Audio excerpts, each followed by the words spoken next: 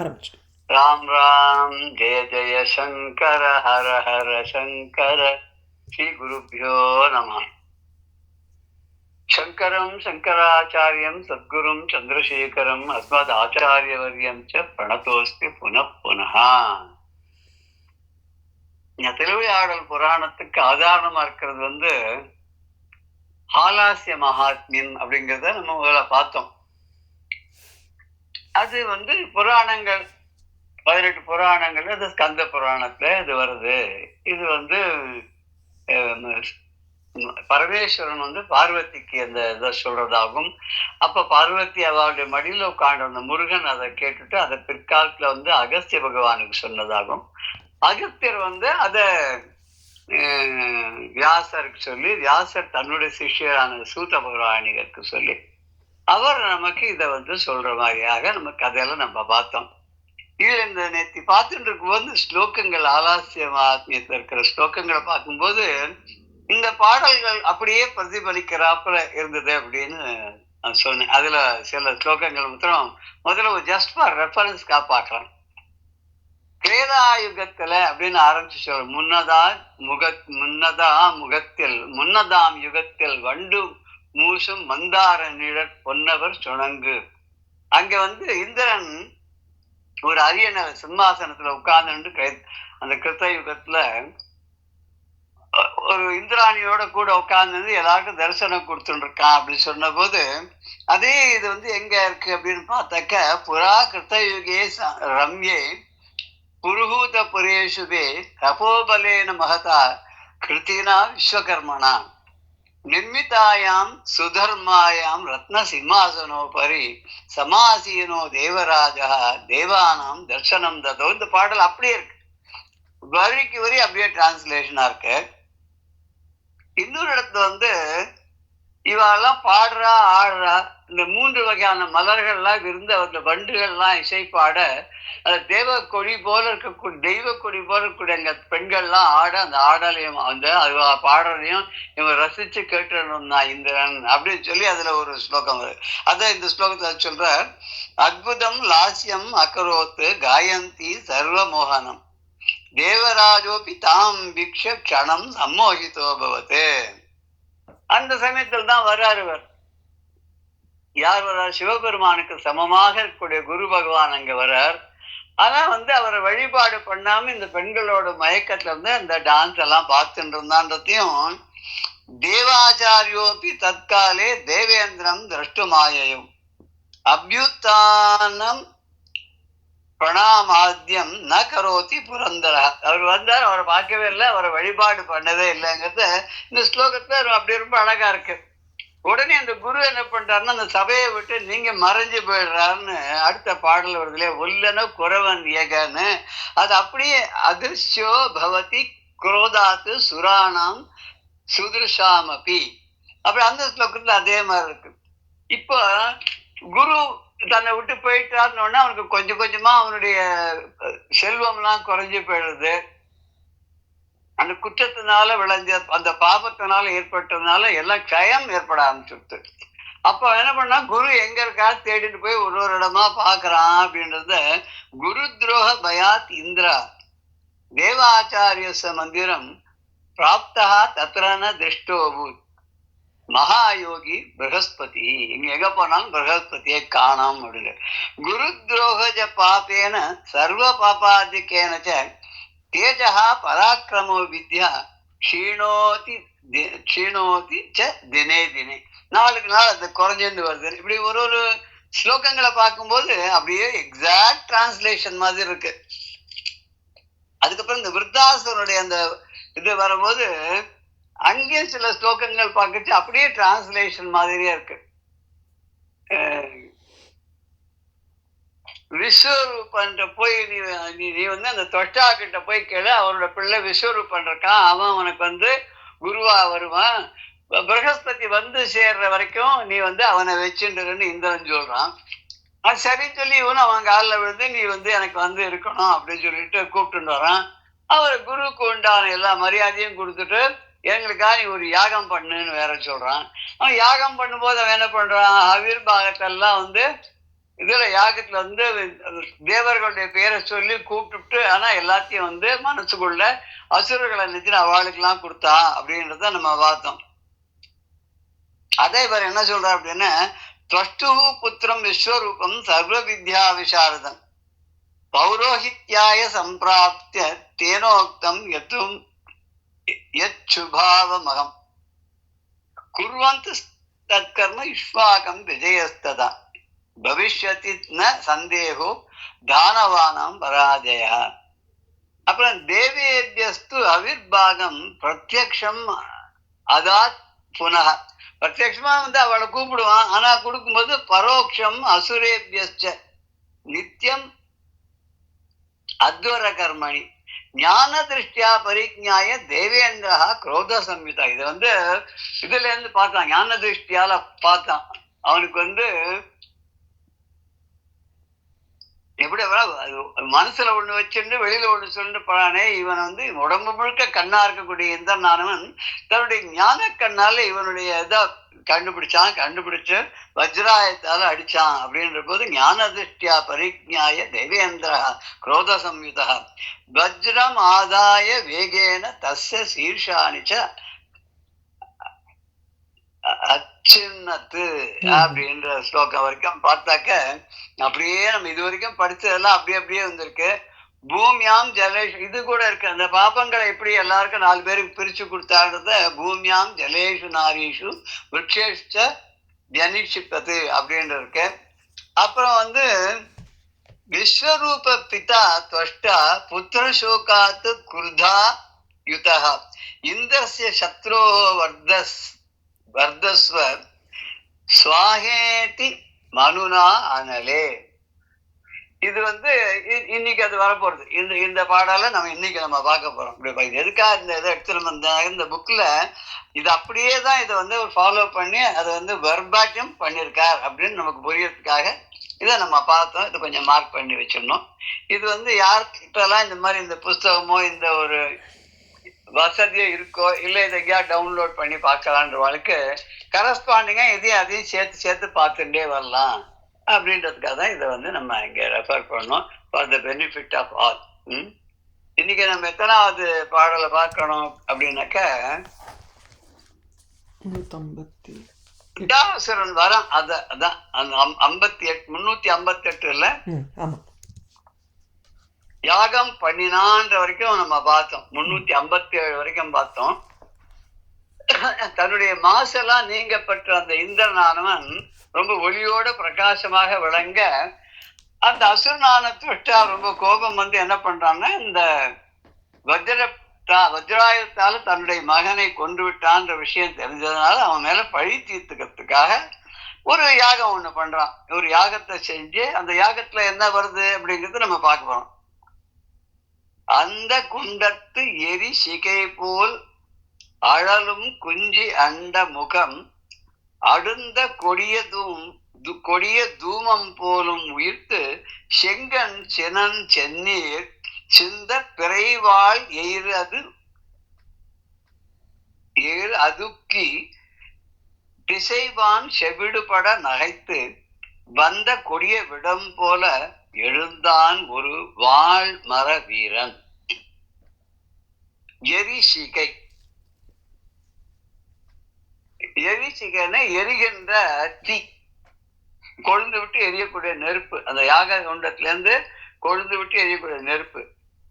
குஞ்சி அப்படின்னு தலை அப்படின்னு அர்த்தம். ஒரு பாடல் கூட குஞ்சி அழகும் கொடுந்தானை கொட்டழகும் வஞ்சி அழகும் அழகல்லாம.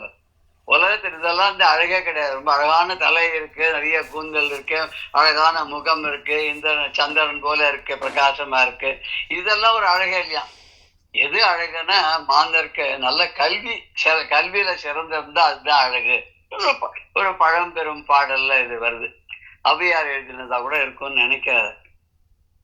இந்த ஹோம குண்டத்திலிருந்து யாக குண்டத்திலிருந்து அப்படி எரிகின்ற அந்த தீப்பிழம்பு போல ஒரு செக்கச்செவேல்னு முடியோட கூடியவனாக அப்படியே அண்டத்தை உச்சியை நோக்கி போற மாதிரி, அண்டத்தையே பிளந்து கொண்டு உச்சியை தாக்க போற மாதிரி கொடிய புகை போல ஒரு பெருமூச்சோடவும், கண்கள்லாம் அப்படியே செவந்து நெருப்ப கக்கிற மாதிரி, அதோட பற்கள்லாம் வந்து சந்திரனுடைய வரிசை நிறைய, ஒரு 32 பல்லும் 32 சந்திரனா இருந்தா அப்படி இருக்குமோ அந்த மாதிரி ஒளி பொருந்தி அந்த பற்களை எல்லாம், அவன் கனகரையில இருக்கான், பல்லு விளவிலேன்னு இருக்கு, அந்த பற்களெல்லாம் கடிச்சுண்டு ஒரு பெரிய அட்டகாசமான ஒரு சிரிப்பு, 8 திசைகளும் ஆகாசமும் பூமியும் அதிரும்படியா சிரித்து கொண்டு, ஒரு கடல்ல எப்படி ஒரு ஆலகால விஷம் தோன்றித்தோ அது மாதிரி இந்த யாக குண்டத்திலிருந்து கையில வாழை ஏந்திட்டு ஒரு வீரன் தோன்றினான். இவர் யாகம் பண்ணார். என்ன யாகம் பண்ணார்? இந்திரன் அழிக்கிறதுக்காக ஒருத்தன் வேணும் அப்படின்னு சொல்லி யாகம் பண்ணார். அந்த யாகத்திலிருந்து இவன் வந்து தோன்றினான். அவன் எப்படி அந்த குண்டத்து, அந்த யாக குண்டத்திலேருந்து எரிசிகை போலும், எரிகின்ற கொழுந்து விட்டு எரிகின்ற நெருப்பாலான சிகை, சிகைன்னா அவனுடைய தலை, அது போல அழலும் குஞ்சி, அதுல இருந்து நெருப்பாக வெளியில வந்த தலையோடு கூடியவனாக அவனுடைய இது அண்ட முக அழுந்த கொடிய தூமம் போலும், பூமியையும் ஆகாசத்தையும் கனெக்ட் பண்ற மாதிரி அவ்வளவு பெரிய உயரமான கொடிய புகை மண்டலம் மாதிரி அவன் வரானான்.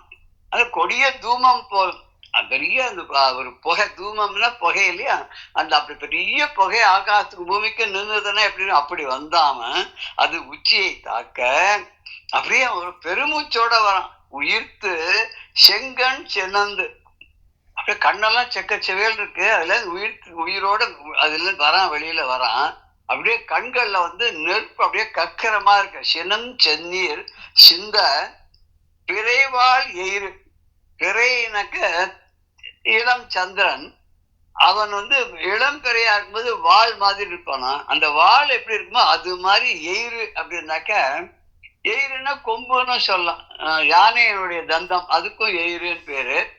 இங்க எயிறுன்னா பற்கள் அப்படின்னு அர்த்தம். இந்த எயிறுங்கிறத நம்ம எங்க கேள்விப்பட்டிருக்கோம்னு திருமூலருடைய ஒரு பாடல்ல 5 கரத்தனை ஆனை முகத்தனை இந்தின் இளம்பரை எயிற்றனை நந்தி மகந்தனை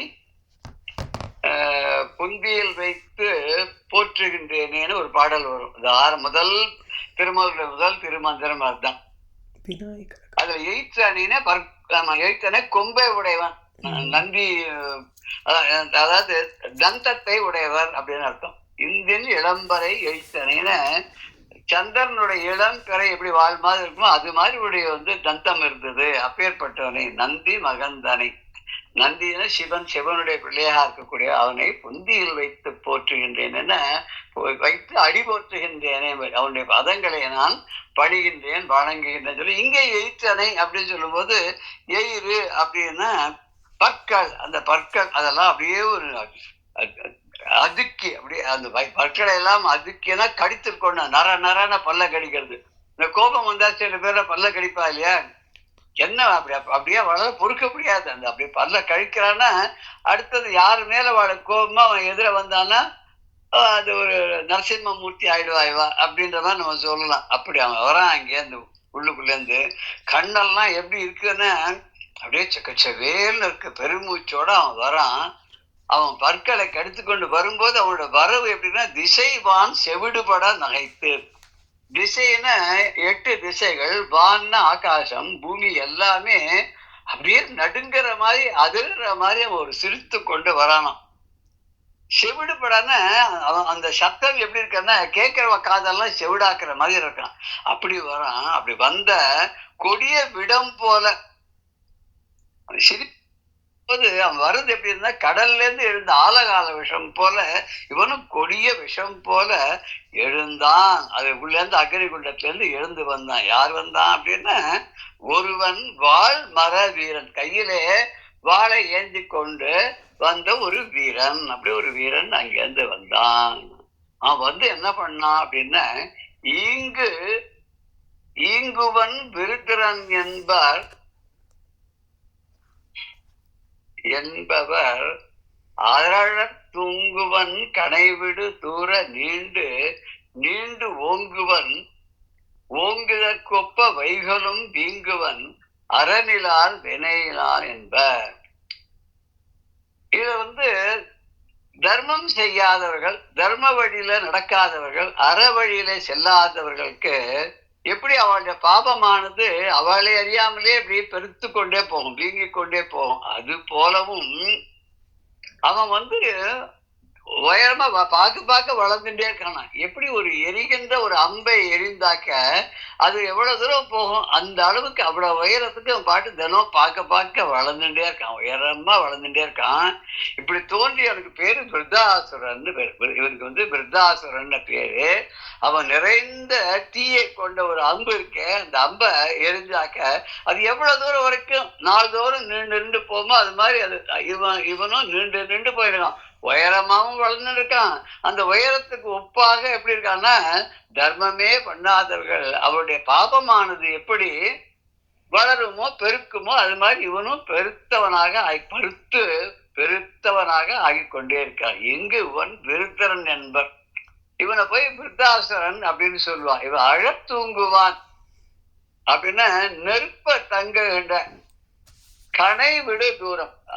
கணை என்ன அம்பு, நெருப்பு அதுல கக்கின்னு இருக்கக்கூடியதாக. இப்ப நாகாஸ்திரம் அப்படி நெருப்பை கக்கின்னு போச்சு இல்லையா, கர்ணன் விட்டது. அது மாதிரி இந்த அம்பானது நெருப்பை கக்கி கொண்டு அப்படி போனா எவ்வளவு தூரம் போகுமோ அந்த அளவுக்கு அவ்வளவு தூரத்துக்கு இவன் நாள்தோறும் நீண்டு ஓங்குவன். நீண்டு ஓங்குவான்னா தினம் வளர்ந்துட்டே இருப்பானோ, பார்க்க வளர்ந்துடுவான். அந்த இதுல நம்ம வாமன அவதாரத்துல பார்ப்போம் இல்லையா, காத்தால பிறந்தாரு, மத்தியானம் உபநயனம் ஆச்சு, மத்தியானத்துக்கு மேல பார்த்தா கிடுகிடுல வளர்ந்துட்டாரு. அங்க போனா என்ன ஆச்சு, என்ன மகாபலி சக்கரவர்த்தி கிட்ட அதை தானம் வாங்கும்போது திருவிக்கிரமாக ஆகாசத்துக்கு பூமிக்கு திருவிக்கிரம அவதாரமாக நின்னான்னு பாக்குறோம். அது மாதிரி இவனும் இங்க கிடுகிடுகிற வளர்ந்து ஆகாசத்துக்கு பூமிக்கு நிக்கிற மாதிரி கையில வாளோட இருக்கான். நீண்டு ஓங்குவன். அதற்கு ஒப்ப அந்த வளர்ந்து உயரமா ஆகிற அளவுக்கு அதுக்கு ஏற்ற மாதிரி வைகளும் வீங்குவன். வைகளும்னா தினந்தோறும் வீங்குவன், பெருத்து போவான். அது உயரம் மாத்திரம் இல்ல, அதுக்கு மேல ஆஜானுபாகு இதுல வருது இல்லையா, முழங்கால் வரைக்கும் உள்ள கைகள் ஆஜானுபாகு சுசிராக சுலலாட்ட சுவிக்ரம அப்படின்லாம் வருங்க. சம விபக்தாங்க ஸ்னிக்தவர்ண பிரதாபவான் பீனவக்ஷா விசாலாட்சா லக்ஷ்மிவான் சுபலக்ஷணா. எங்க வருதுலாம் இதுல ராமர்னுடைய ராமாயணத்துல முதல் இதுல வருது இல்லையா, சம்ஷேப ராமாயணத்துல. ஆமா, நாரதர் வால்மீகிக்கு சொல்ற மாதிரி இல்லையா.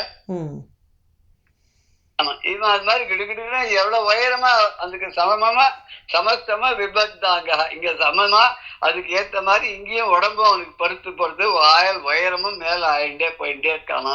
அது எப்படி அந்த பெருத்து போனான்றதுக்கு இவர் உபமானத்தை கொடுக்கிறார். அவ தர்ம வழியில போகாத அவ செய்யற பாப்பங்கள்லாம் எப்படி அவளுக்கே தெரியாத அப்படி பருத்து கொண்டே வருமோ, விளைந்து கொண்டே வருமோ, அது மாதிரி அந்த ஊழி வினை போல இவன் வளர்ந்தான் அப்படின்னு. அழல் தூங்கும்னா நெருப்பை தாங்கி கொண்டு கக்குகின்ற, கணைனா அம்பு. வைகள் தோறும் அப்படின்னா வைகள்னா தினந்தோறும் நாள்தோறும். வைகள் வைகரைன்னு கூட நம்ம சொல்லுவோம் இல்லையா தமிழ்ல. வைகரை துயில் எழு அப்படின்னு ஒரு ஔவையாருடைய இது காத்து சொல்ல. காலங்காத்தால தூக்கத்திலிருந்து எழுந்திருக்கணும். அது வைகல்னா பகல்னு அர்த்தம். பகல் ஆரம்பிக்கிறதுக்கு முன்னாடியே, சூரியன் எழுவதற்கு முன்னாடியே, அருணோதயத்துக்கு முன்னாடியே நம்ம எழுந்திருக்கணும் அப்படின்னு சொல்லுவா இல்லையா. அதுக்கு பிரம்ம முகூர்த்தம் காத்தால 4லேருந்து 6க்கு பிரம்ம முகூர்த்தம்னு சொல்றது கூட உண்டு. அதே சாயங்காலம் 6 மணிக்கு என்ன பேரு, கோதூளி நேரம், 5:30. கரெக்ட். ஏன்னா அப்பதான் சாயங்காலம் ஓட்டின்னு போற மாடெல்லாம் சாயங்காலம் வீட்டுக்கு வரும்போது புழுதியை கிளப்பிட்டு வரும் இல்லையா, அந்த கோதூளி முகூர்த்தம்னு அதுக்கு சொல்லுவா. அந்த 2 வேளையும் நல்ல முகூர்த்தம்னு சொல்லுவா. அதுக்கு நல்ல காரியங்கள் பண்றதுக்கு உகந்தது அப்படின்னு சொல்லி நிறைய இடத்துல இந்த கணபதி ஹோமங்கள் பண்ற போது கூட காத்தால 4லேருந்து 6க்குள்ள முடிச்சு பூர்ணாவதியை முடிச்சுடுவா.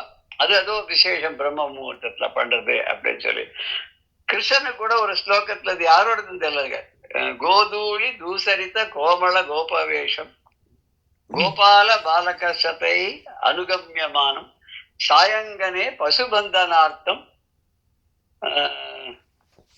கச்சந்தம் அச்சுதம் பிரணதோஸ்மி நித்தியம் அப்படின்னு ஒரு ஸ்லோகம். சாயங்காலத்துல இந்த பசுமாடுகள்லாம் ஓட்டிட்டு வரும்போது எழக்கூடிய இந்த தூசிகள் படிந்த உடம்புனால ஒரு அழகாக இருக்கக்கூடிய அந்த கிருஷ்ணன், அவன் ஒரு ஒரு வீட்டுக்கும் போய் அந்த மாடுகளெல்லாம் கட்டிட்டு பிரதிகிரகே பசுபந்தனாட்டம் கச்சன், மாடுகளெல்லாம் போய் அவ வீட்டுல ஒரு ஒரு வீட்லயும் கட்டிட்டு வரதுக்காக போகக்கூடிய அச்சுத சிசும் பிரணதோஸ்மி அப்படின்னு அந்த இதுல சொல்றா இல்லையா. அது மாதிரி அடுத்த பாடல்ல வரும்போது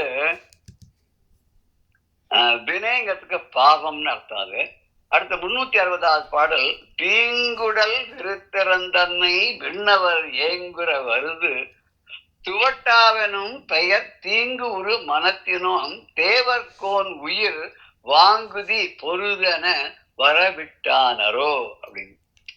இந்த பருத்த உடலோட தோன்றின அந்த விருத்தாசுரனை கெட்ட புத்தியோட இருக்கக்கூடிய அவ அப்பா தொஷ்டா, அப்பான்னு தான் சொல்லணும், ஏன்னா அவரால் உற்பத்தி பண்ணப்பட்டவன் தானே யாக குண்டத்துல இருந்து.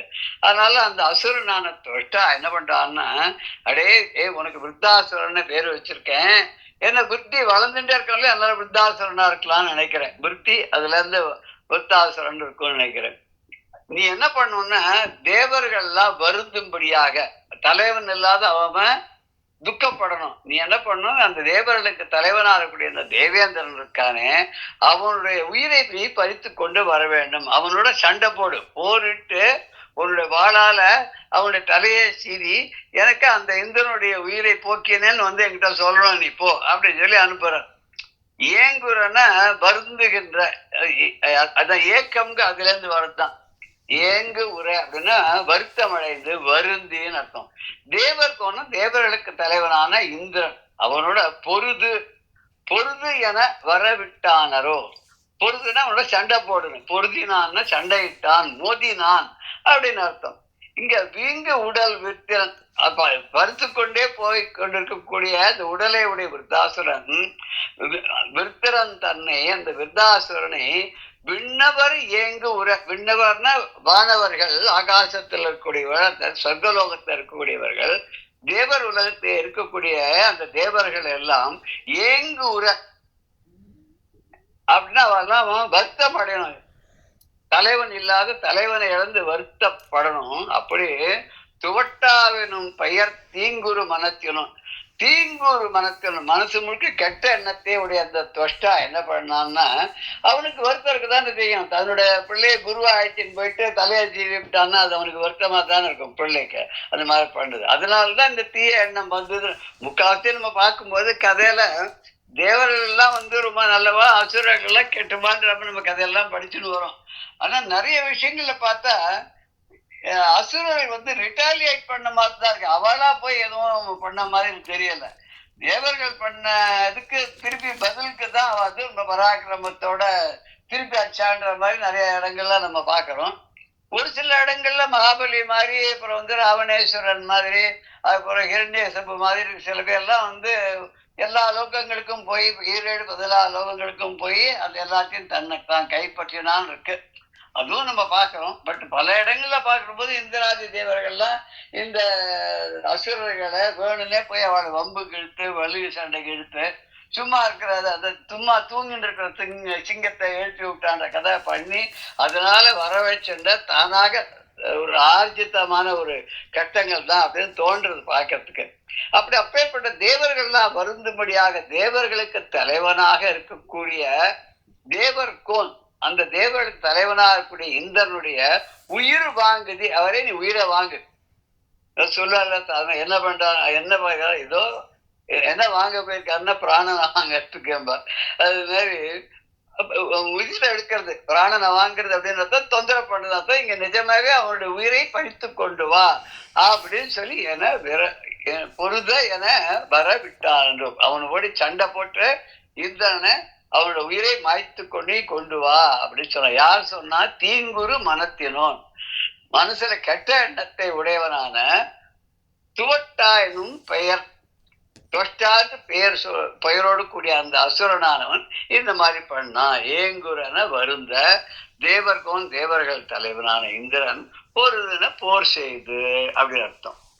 அதுக்கு அடுத்த பாடல்ல மதி துணி எயிற்றினோன் வடவை போர் சினை இக்கொதித்து எதிர் குறியினான் கொண்டல் ஊர்தியும் எதிர்த்தனன் களிற்றின் மேல் எமயத்து உச்சினேல் உதித்ததோர் கதிருக்கும் எனவே.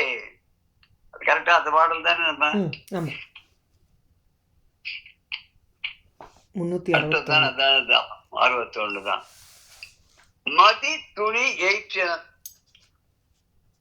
மதி அப்படின்னு சொன்னாக்கா சந்திரன், துணி அப்படின்னா வளைந்த அப்படின்னு அர்த்தம் சொல்றாருங்க. நம்ம துணின்னு சொல்லி சாதாரணமா யூஸ் பண்ற தமிழ துணின்னா ஒரு கிளாத், அதை தான் சொல்றோம் இல்லையா.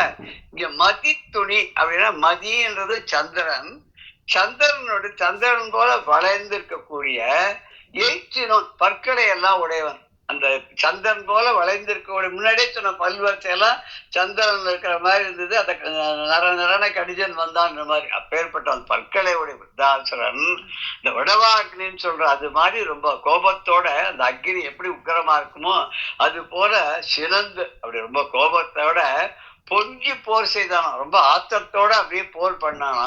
அவனுக்கு ஒரே எய்ம் என்னன்னா தொட்டா சொன்ன பிரகாரம் இந்திரனை வதம் பண்ணும் அப்படின்னு. அதனால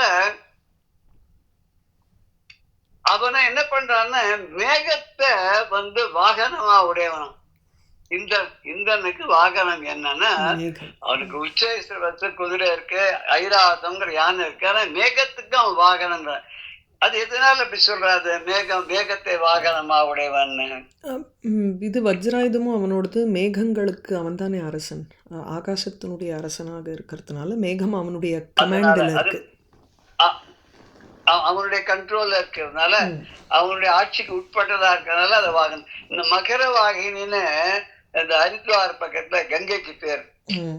ஏன்னா மகரம் அதுக்குள்ள முதல் எல்லாம் இருக்கு இல்லையா, அதை வாகனமா உடையவளாக அந்த கங்கை பிரவாகமா போறதுனால மகர வாகினி அப்படி அங்க ஒரு சின்ன கோவில் கூட இருக்கு பாத்துக்க. அது மாதிரி இங்க மேக வாகனம். வேகவாகினி அப்படின்னு ஒண்ணு இருக்குல்ல, வேகவாகினின்னு ஒரு ராகமும். அது வேகவாகினி வேகவாகினி அது சக்கரவாகத்துக்கு பேர் நினைக்கிறேன். வேகவாகினி 16வது மேலக்கர்த்தாவான சக்கரவாகத்துக்கு பேருன்னு நினைக்கிறேன், வேகவாகினி. அது இவர் தீட்சிதர், முத்துசாமி தீட்சிதர் அந்த வார்த்தையை யூஸ் பண்ணிருப்பார், வேகவாகினி யூஸ் பண்ணிருப்பார்.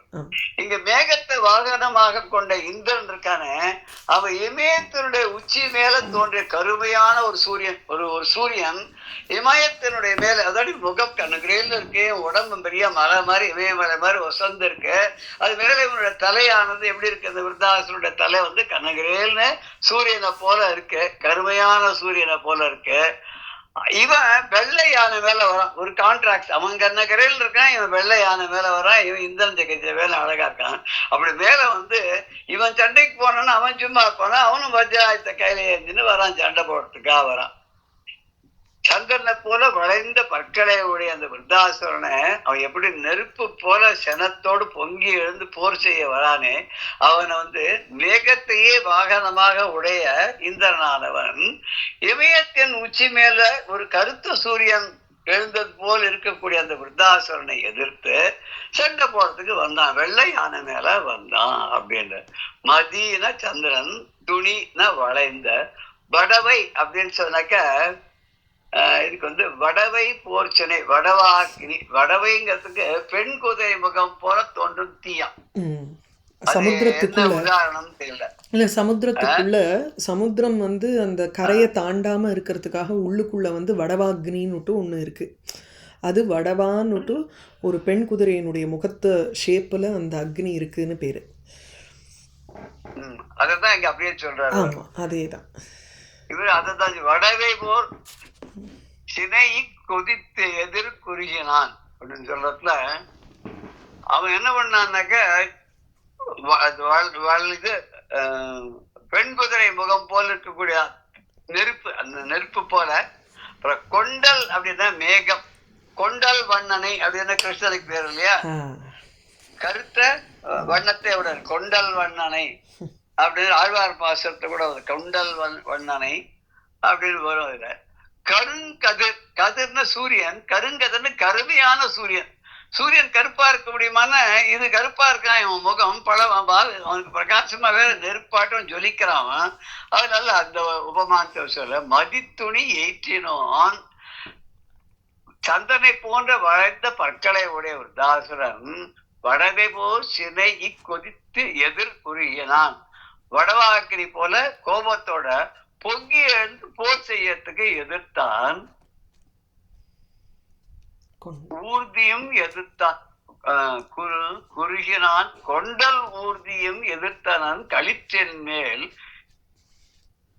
இமயத்து உச்சி மேல் உதித்ததோர் கருங்கதிர் ஒக்கும். எனவே இமய உச்சி மேல், இமயத்தோட இமயமலையினுடைய உச்சியில ஒரு உதித்த எழுந்த ஒரு கருங்கதிர், கருப்பான ஒரு சூரியனை போல எழுந்த அவனை இவர் கொண்டல் ஊர்தி அப்படின்னாக்க, கொண்டல்னா மேகம், மேகத்தை ஊர்தினா வாகனம். சாதாரண ஊர்தி நம்ம இதுல கூட சொல்லுவாங்க இல்லையா, ஊர்தின்றதுக்கு அந்த இன்னும் பலவிதமான இதுக்கு சொல்லுவாங்க. தமிழ்ல வரும்போது ஊர்தின்ற வார்த்தையை யூஸ் பண்ணுவாங்க. இது மோட்டார்னு சொல்ல மாட்டாவா, அது மோட்டார்னா இங்கிலீஷ் பதமா இருந்ததுன்னா தமிழ் படத்துக்கு அந்த ஊர்திங்கிற வார்த்தை அது வேகமாக போகக்கூடிய ஊர்தி, அதிவிரைவு ஊர்தி அப்படின்னு சொல்றா இல்லையா. அப்படி இந்த ஊர்தியும் எதிர்த்தனன், கொண்டல் ஊர்தியும் எதிர்த்தனன்னா என்னன்னா, இந்த மேகத்தையே வாகனமாக கொண்ட அந்த இந்திரனும் எதிர்த்தான். அவன் என்ன மேல்ந்தா, களிற்றின் மேல் எதிர்த்தனன், களிற்றின் மேல். எந்த களிற்றின் மேல்? களிறு அப்படின்னா யானைன்னு அர்த்தம். சாதாரண சொன்னா களிறுன்னா யானைன்னு அர்த்தம். இங்க இவன் மேகத்தை வாகனமா, மேகமும் கருப்பா இருக்கு, யானையும் கருப்பா இருக்கும். இப்ப வாகனம் கருப்பா இருக்கு. இந்த இடத்துல களிறுனாக்க மேகம், மேகம் கருப்பா இருக்கு, யானையும் கருப்பா இருக்குனால இது கருத்த மேகத்தை வாகனமாக இங்க வாகனம்னு நம்ம எடுத்துக்கலாம். களிறுன்றது வாகனம். அது மேல உட்கார்ந்து இவனோட எதிர்த்து சண்டை போட்டான் அப்படின்னா, அறத்தொடு பாவம் நேர்ந்து என்ன திருத்திர தரும் உண்டு அமர் செய்த கச்சரை குறைத்தவன்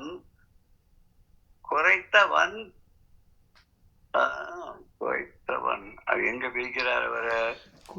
குறைத்து அவன் அகுவன் மேற்குலிச வேல் எடுத்து உரைத்திட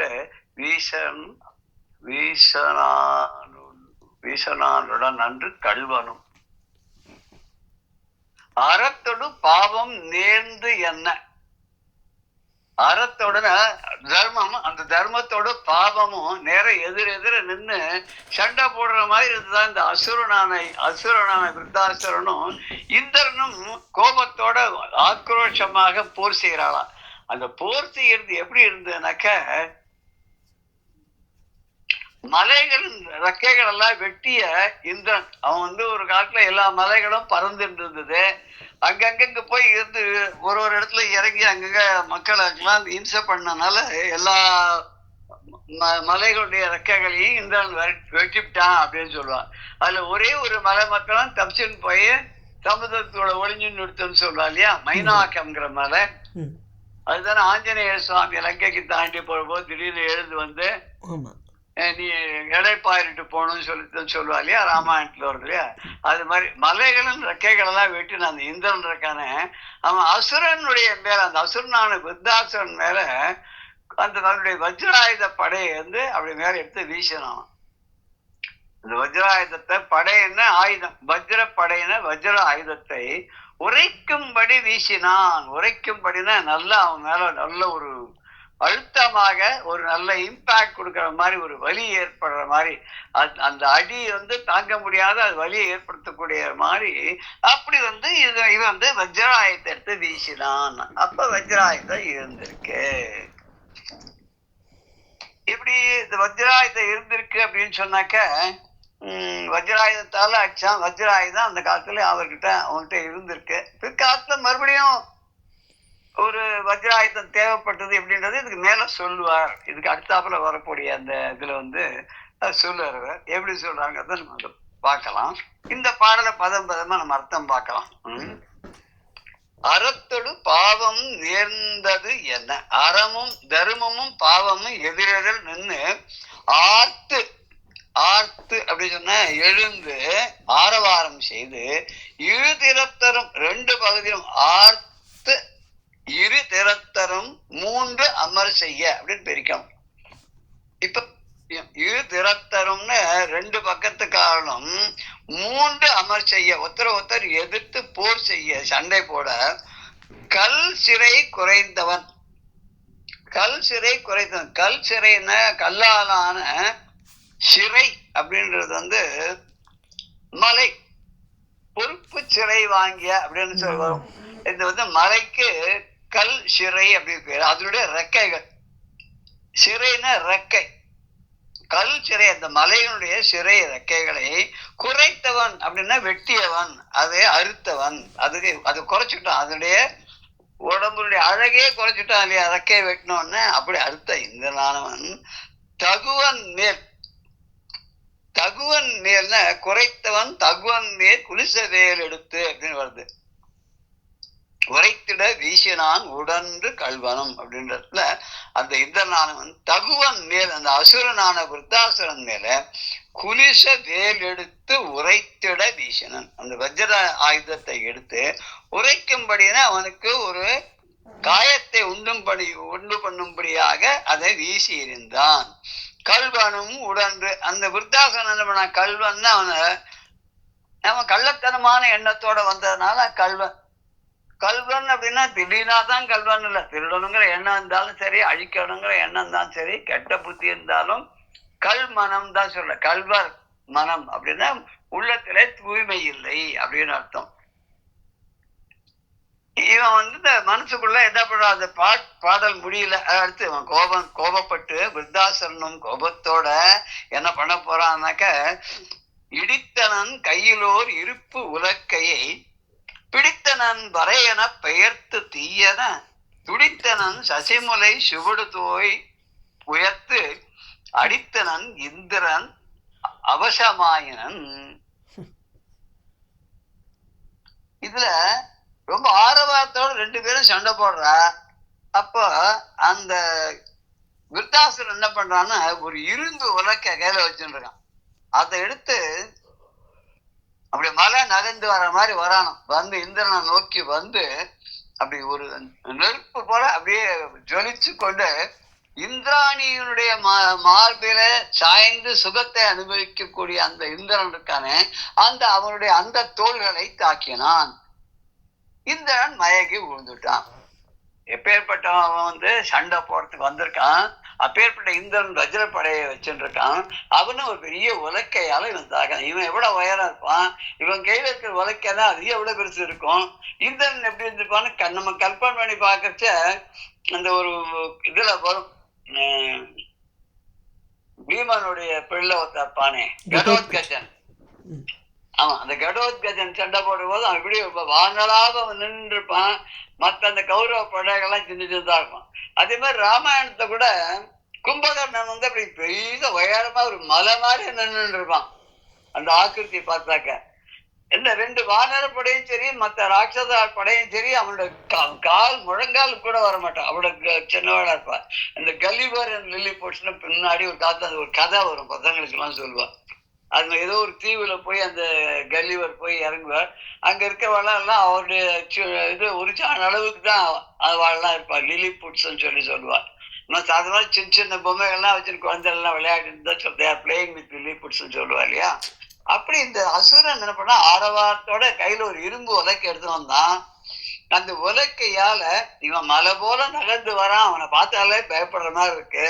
இவன் தீ போல நெருங்கி வரான். நெருங்கி வந்து அந்த இந்திரனுடைய மார்பில அந்த தோல்ல அந்த உலக்கையால அடிச்சான். ஏன்னா எப்போ இந்திராணி அவனுடைய மார்பில சாஞ்சி அவனுக்கு சுகத்தை இன்பத்தை கொடுத்துட்டு இருந்தா அந்த தோல்ல இவன் அடிச்சான் அப்படின்னு சொல்ற.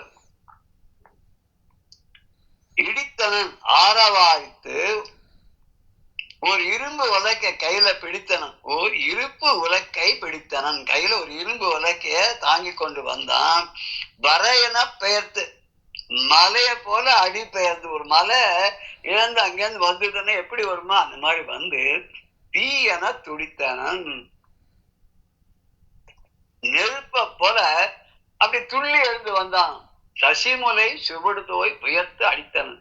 இந்திராணியினுடைய மார்பின் மேல் தோளை வைத்து அதில் சாய்ந்து சுகத்தை அனுபவிக்கக்கூடிய அந்த இந்திரனானவன் அவசம் ஆயினன், தன் வசம் இல்லாத ஆயிட்டான்.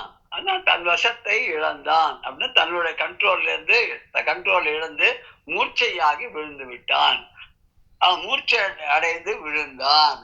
வரை என மலை போல சசின்னா இந்திராணிக்கு சசின்னு பேரு. முன்னாடி வேற ஒரு இடத்துல கூட வேற பேர் பார்த்தோம்ல, புலோமஜா. ஆமா, புலோமஜா. அவளும் இந்திராணி தான். ஆமா. புயம்னா புஜம்னா தோல், அவசமாகினான்னா மயங்கி விழுந்தான் அப்படின்னா. அடுத்த பாடல் கண்டினியூவேஷனா இருக்கிறதுனால அதையும் பார்ப்போம். அண்டரே அணையவன் அவசமாரி பின் கண்டகன் கைதவம் நினைந்து கல்வனேர் மண்டம் அராற்றுவான் வலியிலும் என புண்டரீகத்தவன் உலகிற் போயினான். அண்டர் ஏறு அணைய அவன் அவசமாரி பின் கண்டகன் கைதவ